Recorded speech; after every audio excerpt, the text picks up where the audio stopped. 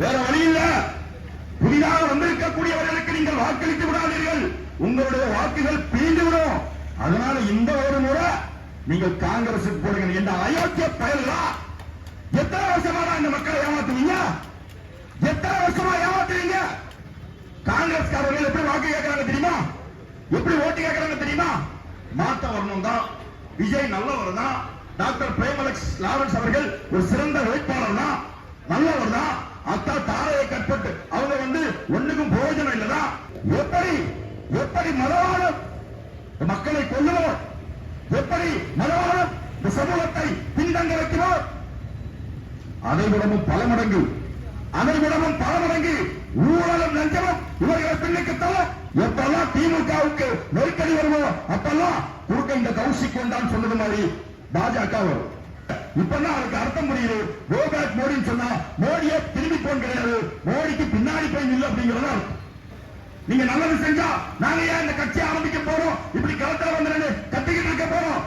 இந்த குளத்தல் தொகுதியில பாஜகவை தோற்கடிக்கக்கூடிய உணவை தமிழக வெற்றி கழகம் சொல்லக்கூடிய இந்த கட்சிக்கு மட்டும்தான் இருக்கு. டாக்டர் பிரேமலக்ஸ் லாரன்ஸ் அவர்களுக்கு மட்டும்தான் இருக்கு. அதுல ஒரு வார்த்தை சொன்னார் இல்லையா சப்பல், ஒரு வார்த்தை சொன்னார் இல்லையா சப்பல், ஒரு வார்த்தை சொன்னார் இல்லையா சப்பல், புரியும் நினைக்கிறேன். காசு எனக்கு முக்கியம், கட்ட பஞ்சாயத்து செய்யறேன்னு சொல்லக்கூடிய கட்ட பஞ்சாயத்து நபர்களுக்கு உங்களுடைய வாக்குகளா அல்லது ஒரு மருத்துவருக்கு உங்களுடைய வாக்குகளா அன்பார்ந்தவர்களை சிந்தியுங்கள். அறிவந்தா பிஜேபி ஓட்டு போடுவானா? சிறப்பான ஒரு முறையில இந்த பகுதியில இந்த பொதுக்கூட்டத்தில் கலந்து கொண்டு எனக்கு விசில் சின்னத்தில் தாருங்கள் என்று கேட்டு இங்கே ஒரு பிரச்சார பரப்புரை மேற்கொள்ள வந்திருக்கக்கூடிய எங்களுடைய சகோதரர் உங்கள் வெற்றி வேட்பாளர் டாக்டர் அலெக்ஸ் லாரன்ஸ் அவர்கள், இங்கே பெருந்திரளாக கலந்திருக்கக்கூடிய கழகத்தினுடைய கண்மணிகளை, ஆங்காங்கே நின்று செவிமடுத்துக் கொண்டிருக்கக்கூடிய பொதுமக்களை, வியாபார பெருமக்களை, பாதுகாப்பு நல்கி கொண்டிருக்கக்கூடிய காவல்துறை நண்பர்களை, உளவுத்துறை நண்பர்களை எப்படி நம்மளாம் திட்ட போறாங்க, என்னதான் திட்டினாலும் உண்மையை தானே சொல்ல போறாங்க அப்படின்னு சொல்லி ஆங்காங்க நின்று கேட்டுக் கொண்டிருக்கக்கூடிய தற்காலிக ஊப்பிக்களை, பரம்பரை கொத்தடிமை திமுக நண்பர்களை, அவர்களோடு காசை வாங்கிட்டு கூட்டணியில் சேர்ந்திருக்கக்கூடிய காங்கிரஸ் கட்சியினுடைய தொண்டர்களை, உங்கள் அனைவருக்கும் இந்த மாலை நேரத்தில் சிறப்பான ஒரு வணக்கத்தை தெரிவித்துக் கொண்டு, அன்பார்ந்தவர்களே, இந்த இடத்துல தமிழக வெற்றி கழகத்தின் சார்பாக இதற்கு முன்பாகவும் நாம் பொதுக்கூட்டம் போட்டிருக்கிறோம். இது ஒரு தேர்தல் பரப்புரை முதல் பொதுக்கூட்டம் இந்த இடத்துல நாம போடுறோம். எனக்கு முன்பாக பேசிய அண்ணன் நோபல் அவர்கள் சிறப்பான முறையில இன்றைக்கு நாட்டிலே நடந்து கொண்டிருக்கக்கூடிய இந்த கழகங்களுடைய ஆட்சி எந்த அளவுக்கு கேவலமாக கேடுகட்டத்தனமாக இருக்கிறது, இவர்கள் எந்த அளவிற்கு மக்களை ஏமாற்றிக் கொண்டிருக்கிறார்கள் என்பது உங்களுக்கெல்லாம் தெள்ளத் தெளிவாக எடுத்து வைத்தார்கள். சிறப்பான முறையில் உங்களுக்கு அந்த தகவல்களை கொடுத்திருந்தார்கள். ஆங்காங்கே நின்று கேட்டுக் கொண்டிருக்கக்கூடிய அன்பானவர்களே, இந்த தேர்தலில் உங்களுடைய சாய்ஸ் என்ன? யாரை தேர்ந்தெடுக்க போகிறீர்கள்? ஒரு சட்டமன்ற வேட்பாளரை தேர்ந்தெடுப்பதற்கான குறைந்தபட்ச அளவு என்ன என்பதை நீங்கள் தெரிந்து வைத்திருக்கிறீர்களா? பொதுவாகவே குளச்சல் தொகுதி மட்டுமல்ல, இந்த கன்னியாகுமரி தொகுதிக்கு மட்டுமே ஒரு மிகப்பெரிய பிரச்சனைனா இந்த பிஜேபி சங்கிகள் தான். இவங்க பேர் இந்த குறுக்க இந்த கௌசிக் வந்தான் சொன்னது மாதிரி குறுக்க இந்த பிஜேபி வர்றதுனால எப்ப பார்த்தாலும் இந்த தொகுதியில இருக்கிறதுல கழிவு, இருக்கிறதுல சிறந்த ஒண்ணுக்குமே ஆகாத நபர்களை நம்ம தொகுதியில இந்த காங்கிரஸ் கட்சி இந்த திமுக கொண்டு நிப்பாட்டி தொடர்ந்து இவங்களுக்கு போடலன்னா குறுக்க இந்த கௌசிக் வந்துடும், பிஜேபி வந்துடும். இவங்களுக்கு போடலன்னா குறுக்க இந்த கௌசிக் வந்துடும் சொன்னது மாதிரி தொடர்ந்து வேற வழியே இல்லாம இவர்களுக்கு போட்டு கொண்டு வரும். 2011 தேர்தல் நடைபெற்றது. அன்றைக்கும் இதே மாதிரி ஒரு அறிக்கை வந்துச்சு. அறிக்கை எங்க இருந்து வந்திருக்கும் நான் சொல்றேன், நீங்க எல்லாரும் பார்த்திருப்பீங்க. மதசார்பற்ற சமூக நீதி கூட்டணிக்கு ஓட்டு போடுங்கள், பிஜேபி வந்துவிடக் கூடாது. 2011 தேர்தல், 2014 தேர்தல் அன்னைக்கும் அதே மாதிரி இந்த ஒரு முறை நீங்கள் காங்கிரசுக்கு வாக்களியுங்கள், பிஜேபி வந்துடக்கூடாது. அன்னைக்கும் அதே மாதிரி ஒரு அறிக்கை. கிறிஸ்தவர்களே, நீங்கள் காங்கிரசுக்கு வாக்களியுங்கள், இல்லைன்னா பிஜேபி வந்துடும். சரி, 2014 ஒழிஞ்சு போயிரும் பார்த்தா 2016 அதே கௌசிக்கு வந்து புறக்கணிக்கிறான். அப்பவும் இதே சொல்றாங்க, கிறிஸ்தவர்களே இஸ்லாமியர்களே சிறுபான்மை வாக்குகளை பிரிப்பதற்காக இன்றைக்கு நம்முடைய அண்ணன் வைகோ அவர்களுடைய தலைமையில, விஜயகாந்த் அவர்களுடைய தலைமையில சமூகநீதி காவலன் சொல்லிக் கொண்டிருக்கக்கூடிய இன்றைக்கு திமுகவுக்கு பெரிய முட்டா இருக்கக்கூடிய அண்ணன் திருமாவளவன் அவர்கள் பிஜேபி பி டீமாக நிற்கிறார். இவர்களுடைய வாக்கு சதவீதம் பிரிஞ்சிடக்கூடாது. அதனால இந்த முறையும் தயவு செய்து வேற வழி இல்ல, நீங்க பிஜேபி காங்கிரசுக்கு ஓட்டு போடுங்க. சரி, 2016 தான் அப்படி ஓட்டு போட்டாச்சு. இந்த டைம்ல எல்லாம் யார் ஜெயிக்கலாம்? குப்பை. இந்த டைம்ல எல்லாம் யார் ஜெயிக்கலாம்? இந்த எலெக்ஷன் காங்கிரஸ்காரர்கள் கஷ்டப்பட்டு வேலை பார்த்துட்டு இருக்கிறாங்க. இந்த நேரத்தில் எல்லாம் வெற்றி பெற்றது யாருன்னா அண்ணன் பிரின்ஸ் படுத்துக்கிறது காலை ஆட்டிக்கிட்டே இருக்கிறாரு. நமக்காக உழைப்பதற்காக கிறிஸ்தவ பாதிரியார்கள், நமக்காக உழைப்பதற்காக பிஜேபி கட்சி சங்கிகள், ஏன்னா இவங்க எந்த அளவுக்கு வேலை பார்க்கிறாங்களோ அந்த அளவுக்கு இந்த பக்கம் ஓட்டி ஆடிட்டே இருக்கும் அப்படின்னு சொல்லி அண்ணன் காலாட்டிக்கிட்டே இருந்தார். சரி, 2017 இது ஒளியும் பார்த்தா அடுத்து 2019 அன்னைக்கும் அதே தான் சொன்னாங்க, பிஜேபி வந்துடும். உண்மைதான், அன்றைக்கு பிஜேபி ஒரு மிகப்பெரிய கூட்டணியை இந்த அதிமுக சொல்லக்கூடிய இந்த அடிமை கட்சியை தன்னுடைய கட்டுப்பாட்டுக்குள்ள கொண்டு வந்து நிப்பாட்டினாங்க. அன்னைக்கு இவங்க சொன்னாங்க நியாயம் இருந்துச்சு சொல்லி நம்ம திமுகவுக்கு போட்டோம், காங்கிரசுக்கு போட்டோம்.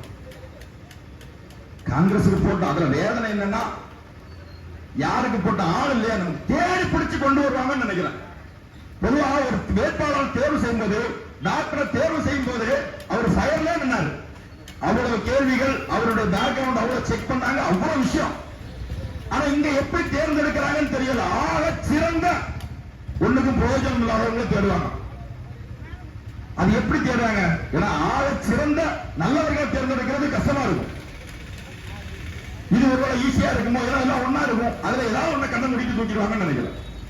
அப்படி 2019 தேர்ந்தெடுத்தார்கள். வேற வழி இல்ல, கை சின்னத்துக்கு போட்டோம். அந்தோட முடியும் பார்த்தா 2021 அதே நிலைமை. வேற வழி இல்ல, இந்த ஒரு தேர்தல் நீங்க காங்கிரசுக்கு போடுங்க. சரி, அதோட முடியும் பார்த்தா 2024 இந்த ஒரு தேர்தல் பிஜேபி வந்துடும், எங்களுக்கு வாக்களியுங்கள் அப்படின்னா அதோட முடிவு பார்த்தா 2026 இன்னைக்கு வந்து நிக்கிறாங்க. வேற வழி இல்ல, புதிதாக வந்திருக்கக்கூடியவர்களுக்கு நீங்கள் வாக்களித்து விடாதீர்கள், உங்களுடைய வாக்குகள் பிரிந்துவிடும். அதனால இந்த ஒரு முறை நீங்கள் காங்கிரசுக்கு போடுங்க. என்ற அயோக்கிய பயல்களா, எத்தனை வருஷமா இந்த மக்களை ஏமாத்துவீங்க? எத்தனை வருஷமா ஏமாத்துவீங்க? நாங்க 2011 இருந்து 2026 இந்த நாள் வரையிலும் சட்டமன்ற தொகுதியுடைய எம்எல்ஏவாக நான் இருந்து இதையெல்லாம் கிழிச்ச, இதையெல்லாம் செஞ்ச அப்படின்னு சொல்லி வாக்கு கேட்பதற்கு என்னுடைய அருமை என்ன பிரின்ஸ் அவர்களுக்கு திராணி இருக்குதா? இந்த ஏரியால ஓட்டு கேட்டு வருவாரா? நான் இதெல்லாம் செஞ்சிருக்கேன், இந்த ஆட்சி தொடர, என்னுடைய சேவை தொடர, எனக்கு பதிலாக நீங்கள் தாரையை கட்டப்பட்டவர்களுக்கு வாக்களியுங்கள் சொல்லி கேட்கிறதுக்கு பிரின்ஸ் அவர்கள் வருவாரா? மக்களை சற்று சிந்தித்து பார்க்கணும், சற்று சிந்தித்து பார்க்கணும். எந்த விதமான வளர்ச்சி திட்டங்களும் கிடையாது, மக்களுக்கு நல்லது செய்யணும் அப்படிங்கிற எந்த நோக்கமும் கிடையாது. வெறும் மதம் அப்படின்னு சொல்லக்கூடிய ஒற்றை காரணத்தை வச்சு இந்த பக்கம் இருக்கக்கூடிய சிறுபான்மை இஸ்லாமியர்களையும் சிறுபான்மை முஸ்லிம்களையும் நாங்க வந்தாதான் உங்களுக்கு பாதுகாப்பு, வேற யாருக்கும் நீங்க மாற்ற வரணும் தான் ஏன் சொல்றாங்க. காங்கிரஸ்காரர்கள் எப்படி வாக்கு கேட்கறாங்க தெரியுமா? எப்படி ஓட்டு கேட்கறாங்க தெரியுமா? மாற்ற வரணும் தான். விஜய் நல்லவர் தான், டாக்டர் பிரேமலக்ஸ் லாரன்ஸ் அவர்கள் ஒரு சிறந்த வேட்பாளர் தான், நல்லவர் தான். அத்தா தாரையை கட்பட்டு அவங்க வந்து ஒண்ணுக்கும் பிரயோஜனம் இல்லதான், நல்லது செய்ய மாட்டாங்க தான். விலவங்கோடு தொகுதியில இருந்து அவங்க அடிச்சு விரட்டினவங்க தான், விலவங்கோடு தொகுதியில இருந்து அவங்க துரத்தி விட்டவங்க தான், நல்லது கிடையாது. எங்க கட்சியில் அவங்க வேற யாரையுமே நிப்பாட்டினாலும் சரி வராது. தொகுதிக்கு இன்னும் 5 வருஷம் இந்த தொகுதி பின்தங்கிதான் போகும். இந்த தொகுதிக்கு எந்த நல்லதும் தாரையை கட்பட்டவர்களால் செய்ய முடியாது, ஏன் காங்கிரஸால செய்ய முடியாது. உண்மைதான், இப்படியே சொல்லி வாக்கு கேட்கிறேன். ஆனா என்ன செய்யறது, வேற வழி இல்லை, காங்கிரசுக்கு ஓட்டு போடுங்க. நீங்களெல்லாம் பார்த்தா இழிச்ச வேணாம் தெரியுதா உங்களுக்கு? நீங்களெல்லாம் பார்த்தா என்ன மாதிரி தெரியுது உங்களுக்கு?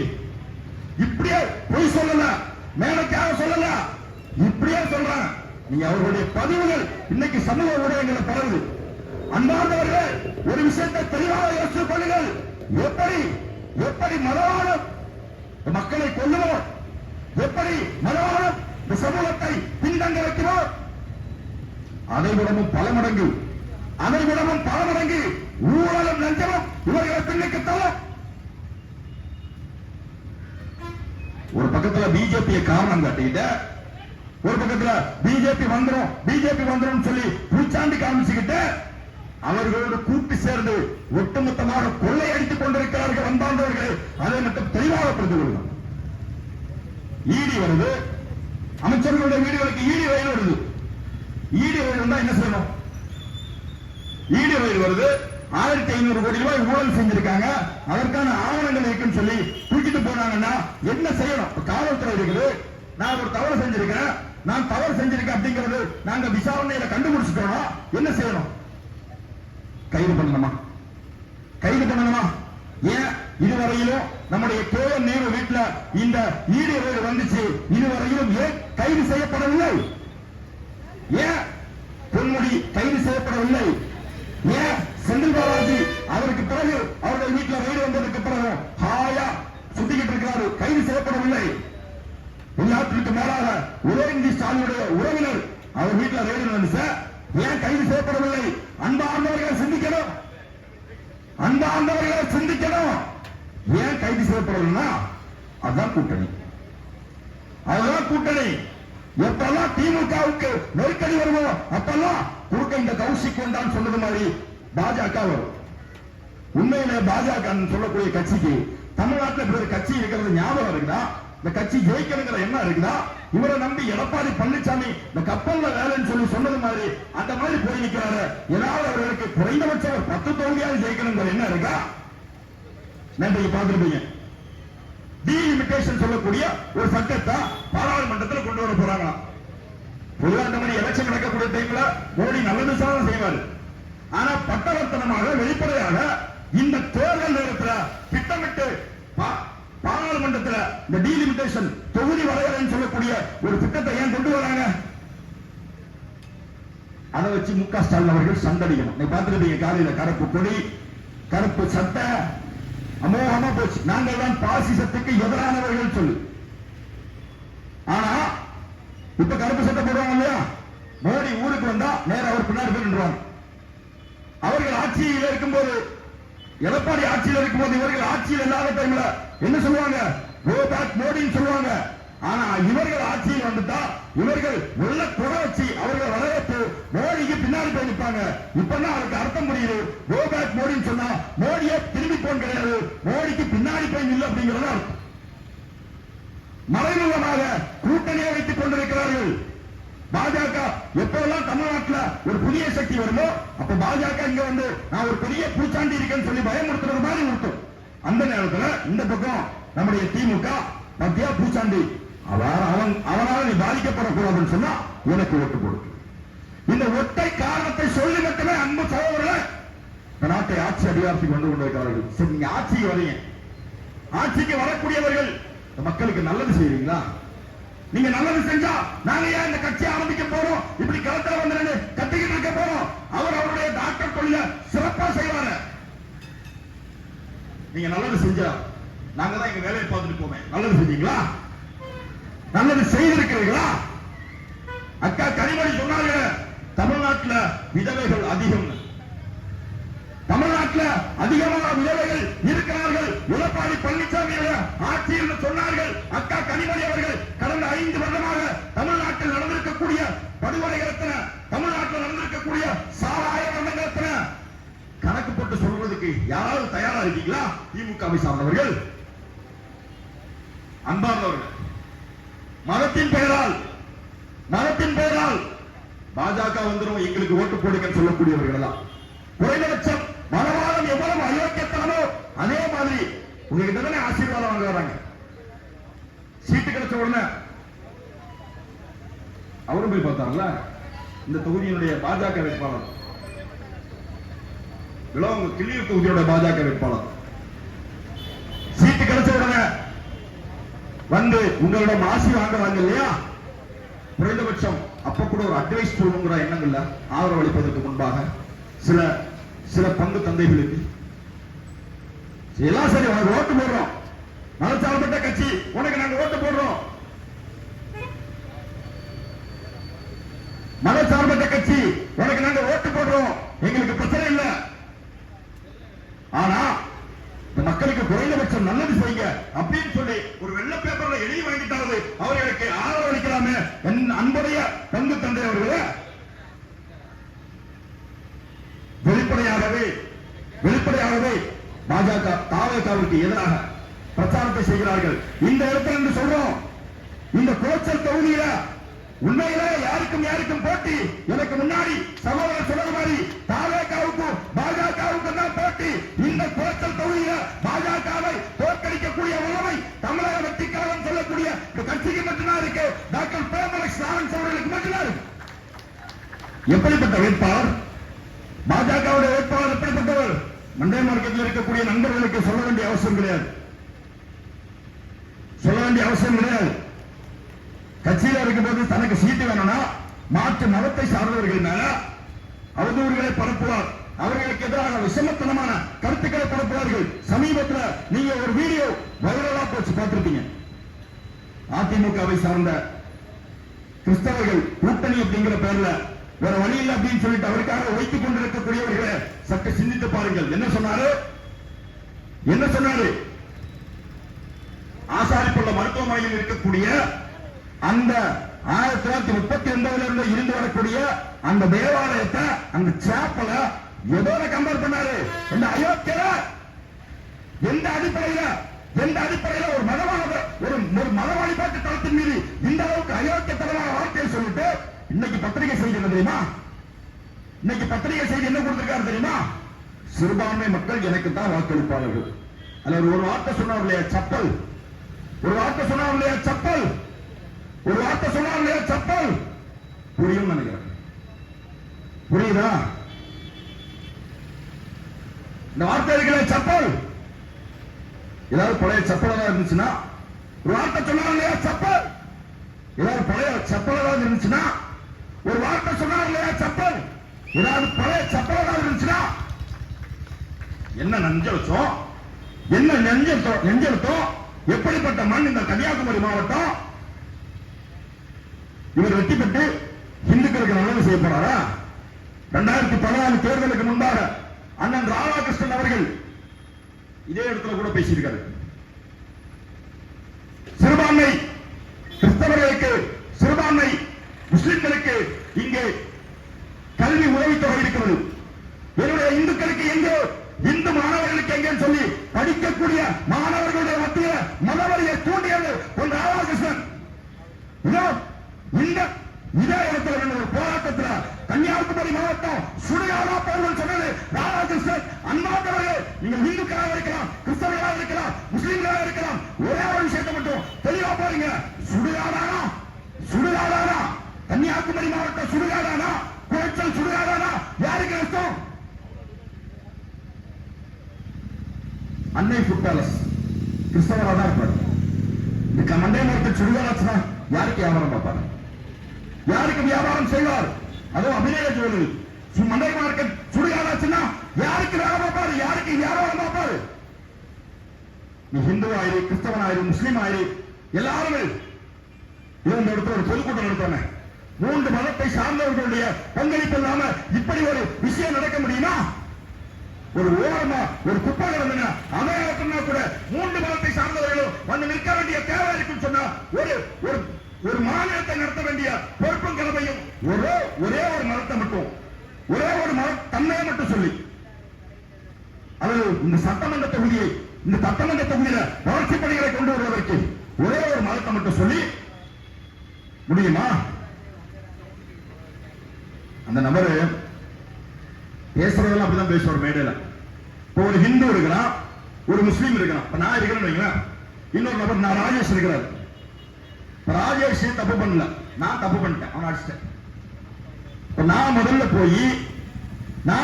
போய் அந்த சம்பந்தப்பட்ட நபரை, அந்த வழக்கறிஞர் அவர்களை காசு கொடுத்துக்கிட்டு எனக்காக வாதாடுகள் சொன்னா இன்னொரு நபர் பாதிக்கப்பட்டிருப்பான் தெரியுமா?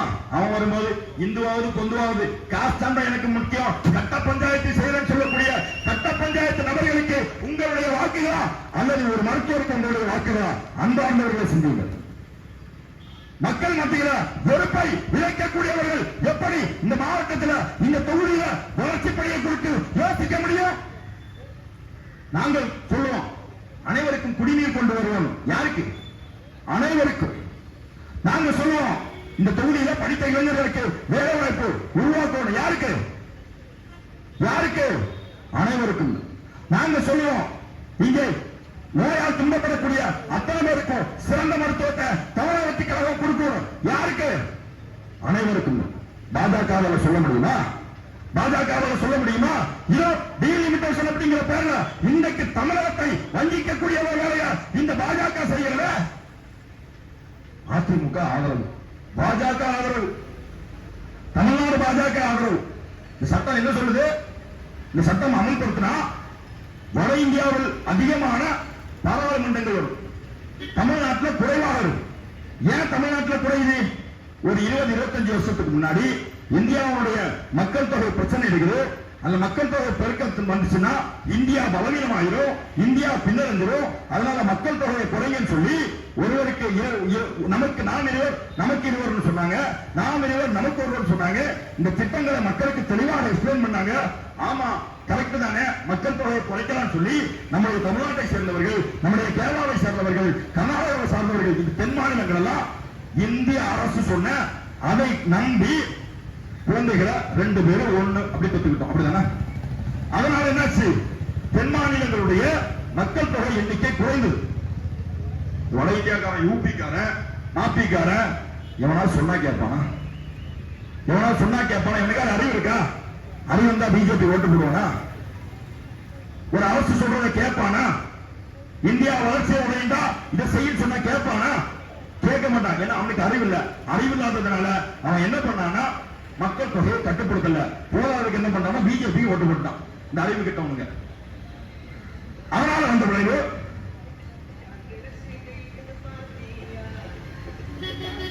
வந்த விளைவு என்னன்னா அங்கே மக்கள் தொகை பெருகிடுச்சு, இங்க மக்கள் தொகை குறைஞ்சிச்சு. நான் கேட்க, மக்கள் தொகையை பெருக்கிறது வாங்க தப்பா?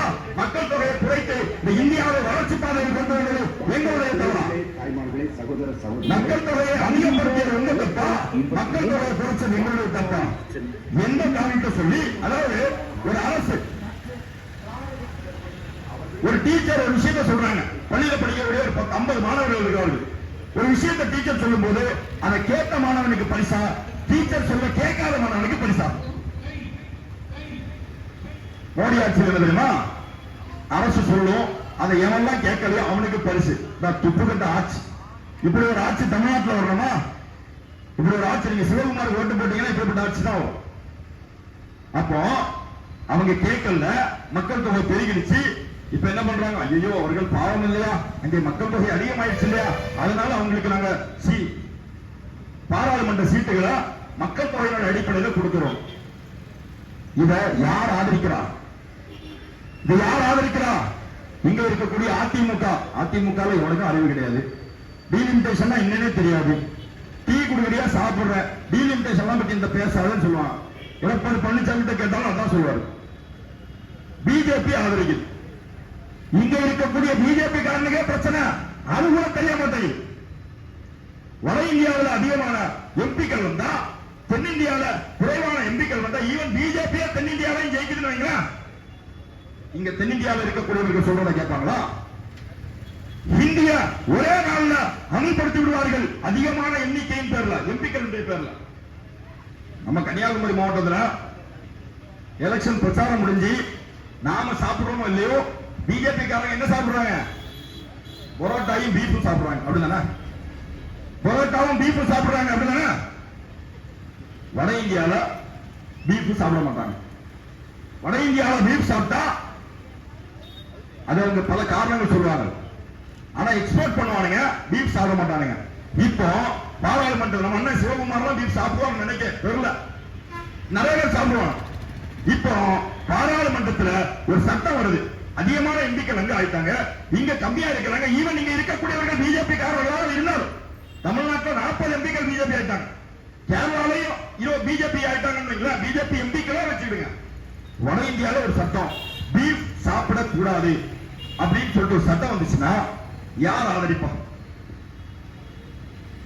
இங்க இருந்து இங்க இருக்கக்கூடிய எம்பி அண்ணன் சிவகுமார் ஒருவேளை எம்பி ஆயிட்டா, எம்எல்ஏ வாய்ப்பு இல்ல, எம்பி ஆயிட்டால் ஒருவேளை என்ன பண்ணுவாரு? ஐயோ எனக்கு பீஃப் வேணும் பீஃப் வேணும் கத்துவாரு, கவருவாரு. மோடி காலை பிடிச்சி கெஞ்சினாலும் நடக்காது. அந்த வட இந்தியாவில் இருக்கக்கூடிய குப்பையால் இருக்கக்கூடிய முடிவை நீயும் ஏத்துக்கணும், நானும் ஏத்துக்கணும். அப்படிப்பட்ட ஒரு கொள்கை தான், அப்படிப்பட்ட ஒரு சட்டம் தான் இந்த டீலிமிட்டேஷன். இந்த சட்டத்தை இன்றைக்கு மோடி கொண்டு வர பார்க்கிறான்னு சொன்னா அதை எதிர்க்க வேண்டியது யார்? அதிமுகவா, திமுகவா, தாவேகாவா, நாம் தமிழர் கட்சியா? யார் இருக்கணும்? அன்பார்ந்தவர்கள் சிந்தித்து பாருங்கள், யார் இருக்கணும்? தமிழர்களாக நாம இருக்கணும். ஒட்டுமொத்தமாக ஒன்றி திரண்டு நிற்போம். பாஜகவுடைய எந்த சதிகார திட்டங்களும் தமிழ்நாட்டில் வருவதற்கு திமுக அனுமதிச்சாலும் தாவேகா ஒரு வாரம் அனுமதிக்காது. அதனால்தான் எங்களுடைய கொள்கை அப்படின்னு சொல்லி உங்களுக்கு சொல்லியிருக்கோம். அதனால்தான் பாஜகவை நம்முடைய கொள்கை என்று அறிவித்திருக்கிறோம். அன்பார்ந்தவர்களே, நம்ம பார்த்து இன்னைக்கு சொல்றாங்க இவர்கள் பிஜேபியுடைய பி டீம் சொல்லி நாங்க சொல்றோம் ஒருவேளை பாஜகவோடு நாங்கள் கூட்டணி வைக்க மாட்டோம். பாஜகவோடு கூட்டணி வைப்பதற்கு எங்க கிட்ட காத்துக்கிறன அந்த அளவுக்கு மோடி பார்த்தார்கள், நெருக்கடியை பார்த்தார்கள். தேர்தலுக்கு முன்பாக நாங்க கூட்டணி வைக்கல, தேர்தலுக்கு பின்பாக கூட்டணி வைக்க போறோம், தேர்தலுக்கு பிறகு கூட்டணி வைக்க போறோம், ஒருபோதும் கிடையாது. ஆனா திமுகவை சார்ந்தவர்கள் தேர்தலுக்கு முன்னாடியே கூட்டணி வச்சிருக்கிறார்.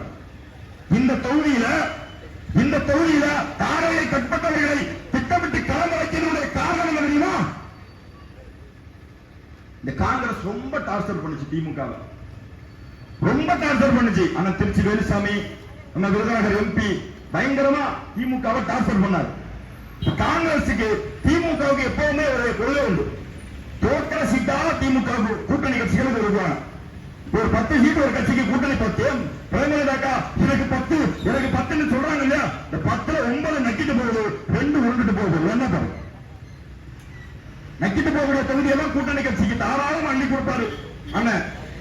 அப்படி என்னத்தையாரா நீங்க டிமாண்ட் வைக்கிறீங்க, என்கிட்ட நீங்க ஆட்சியில பங்கு வைக்கிறீங்க.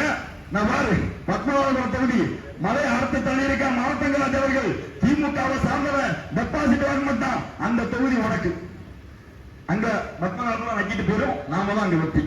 இந்த பக்கம் 3 வருஷமா இருந்து இந்த இடத்தை இந்த குறைச்சல் தொகுதிய நாசம் பண்ணி வச்சிருக்கக்கூடிய பிரின்ஸ் மேல அவ்வளவு அதிருப்தி. அதனால வேற வழி இல்ல, இந்த தொகுதியும் வெட்டி தோல்விதான். அதனால காங்கிரஸ் கொடுத்திருக்கு. காங்கிரஸ் அதுல ஒரு கேம் ஆடிச்சு. என்ன தெரியுமா? எப்படி தோக்க வேண்டிய போகுது, நாம தோத்தாலும் பிரச்சனை இல்ல, தாவேகாவை தோற்கடித்து பிஜேபியை வெற்றி பெற செய்யணும் சொல்லி ஏற்கனவே இந்த கடற்கரை பகுதியில் முழுக்க தாவேகாவுடைய கோட்டையாக இருந்துச்சு. அந்த இடத்துல அதே சமூகத்தை சார்ந்த ஒருத்தர் விளவங்கோட்டில இருந்து கோத்தி விடப்பட்டவரை கொண்டு நிறுத்தி வாக்குகளை பிரிக்கலாம் அப்படின்னு சொல்லி நினைச்சிட்டு இருக்கிறார். அன்பார்ந்த காங்கிரஸ்காரர்களே, அன்பார்ந்த திமுக காரர்களே, 2011 நடந்த தேர்தல், 2016 நடந்த தேர்தல், 2021 நடந்த தேர்தல் தெளிவாக ஈடுபட்டிருக்கிறார்கள். இந்த மக்கள் யார் ஆட்சிக்கு வரணும், முதலமைச்சராக தளபதி விஜய் அவர்கள் வரணும்னா யார் இந்த சட்டமன்றத்தில் வெற்றி பெற வேண்டும் என்பதை தெளிவாக உணர்ந்தவர்கள் இந்த மக்கள். அதனால வரக்கூடிய தேர்தலில் காங்கிரஸ் கட்சியை சார்ந்த நண்பர்களும் யாருக்கு ஓட்டு போடுவாங்க? விசிலுக்கு ஓட்டு போட போறாங்க. அதான் உண்மை. பாத்தீங்களா? போனாங்க 4 பேரு முன்னாடி இப்பதான் பிரச்சாரத்துக்கு போனாங்க. அண்ணன் பிரின்ஸா இருந்தா எப்படி இருக்கு? நல்லது செய்யறாரோ இல்லையோ எப்படி இருக்கும்? ஒரு கூட்டம் போடுறோம் இல்லையா? 28 கட்சி கூட்டணியோட ஒரு கூட்டணிக்கு ஒருத்தம் வந்தாலும் ஏதோ பிரம்மாண்டமான ஒரு பேரை நடத்திட்டு போயிருக்கணும். இதெல்லாம் இப்படிதான் இருக்கு அவருடைய நிலைமை. அப்படின்னா என்ன அர்த்தம்? காங்கிரஸ் இந்த தேர்தலில் களத்திலே இல்லை. இது அக்காவுக்கும் தெரியும். புலம்புறாங்க தன்னுடைய நண்பர்கள்ட்ட, என்ன இப்படி பலி கொடுத்துட்டாங்க, வேற என்ன செய்யறது? காங்கிரஸ் கட்சிக்காரன் செஞ்ச பாவத்துக்கு காங்கிரஸ் கட்சிக்காரன் தான் பலி கொடுக்க முடியும். பிரின்ஸ் செஞ்ச பாவத்துக்கு பிரின்ஸ் அவர்கள் தான் பலி கொடுக்க முடியும். மக்கள் தெளிவாக இருந்து கொண்டிருக்கிறார்கள். அன்பார்ந்தவர்களே, இதோ இந்த தொகுதியில வேட்பாளராக களமிறங்கி இருக்கக்கூடிய டாக்டர் பிரேமலஸ் கிளாரன்ஸ் அவர்கள் கட்ட பஞ்சாயத்து செய்யக்கூடியவர் அல்ல. இங்க ஒரு குண்டு இருக்கு, ஒரு குழி இருக்குன்னா மண்ணை போட்டு மூடிட்டு போயிடலாம், அப்படிதானே? எவனையாவது ஒருத்தனை ஆளை செட் பண்ணி வந்து கீழே விழ வச்சு அந்த நேரத்தில் ஒரு 10 பிரஷர் கூப்பிட்டு அவனை வீடியோ எடுக்க வச்சு போலீஸ்காரனை கூப்பிட்டு அங்க வந்து ஒரு பிரச்சனையை கிளப்பி குண்ட நான் மூடுறேன்னு சொல்லி அரசியல் தண்டடிக்கக்கூடிய நபரும் கிடையாது. அக்கா தாரகை மாதிரி குண்டு இருக்கா, அது மூடுறதுக்கு என்ன உண்டோ அதை செய்யுங்கன்னு சொல்லி சத்தமில்லாமல் செய்யக்கூடிய, சத்தமில்லாமல் சேவை செய்யக்கூடிய சேவைகளின் நாயகராக டாக்டர் பிரேமலக்ஸ் லாரன்ஸ் அவர்கள் இருந்து கொண்டிருக்கிறார்கள். அவர்தான் குளச்சல் சட்டமன்ற தொகுதியுடைய சரியான தேர்வு சொல்லி மதச்சார்பின்மை எல்லாம் பேசுவாங்க இல்லையா, நம்முடைய பால பிரஜாபதி அடிகளார் அவர்கள் நேரடியாக எனக்கு தெரிஞ்ச இதுவரையிலும் யாருமே நேரடியாக போய் ஆதரிச்சதை நான் பார்த்ததே கிடையாது. நேற்றைய தினம் குளச்சல் அலுவலகத்திலே வந்து பால பிரஜாபதி அடிகளார் அவர்கள் மதவரி கும்பல்கள் இந்த குளச்சல் தொகுதியில் தலையெடுக்க கூடாதுன்னா அதை தடுத்து நிறுத்தக்கூடிய ஒரே தொகுதி டாக்டர் பிரேமலக்ஸ் அவர்களுக்கு மட்டும்தான் இருக்குன்னு சொல்லி நமக்கு வந்து நேரடியாக ஆதரவு தெரிவித்துக் கொண்டு போயிருக்கிறான்னு சொன்னா அப்படிப்பட்ட ஒரு வேட்பாளர், அப்படிப்பட்ட ஒரு வேட்பாளர், சிறந்த ஒரு வேட்பாளர். உண்மையிலே சொல்றேன், எப்படி தளபதி ஒரு தியாகத்தை செய்து வருகிறார்களோ அதே மாதிரி மக்களுக்காக உழைக்கணும்னு சொல்லி தன்னுடைய டாக்டர் பணியை விட்டுவிட்டு மக்களுக்காக களத்தில் நிற்கக்கூடிய டாக்டர் அவர்கள் வெற்றி பெற்றா நீங்களும் நானும் வெற்றி பெற்றது மாதிரி தளபதியுடைய பிரதிநிதியாக இவர்களை நம்முடைய தொகுதிக்கு அனுப்பியிருக்கிறார்கள். நம்முடைய பிரதிநிதியாக சட்டமன்றத்திற்கு அனுப்ப வேண்டியது நம்ம ஒவ்வொருவருடைய கடமை. அன்பார்ந்தவர்களே, தயவு செய்து வரக்கூடிய சட்டமன்ற தேர்தலில் நீங்கள் விசில் சின்னத்திற்கு வாக்களித்து உங்களை வெற்றி பெற வைக்க வேண்டும் என்று கேட்டு வாய்ப்பளித்தமைக்கு நன்றி கூறி விடைபெறுகிறேன். நன்றி, வணக்கம்.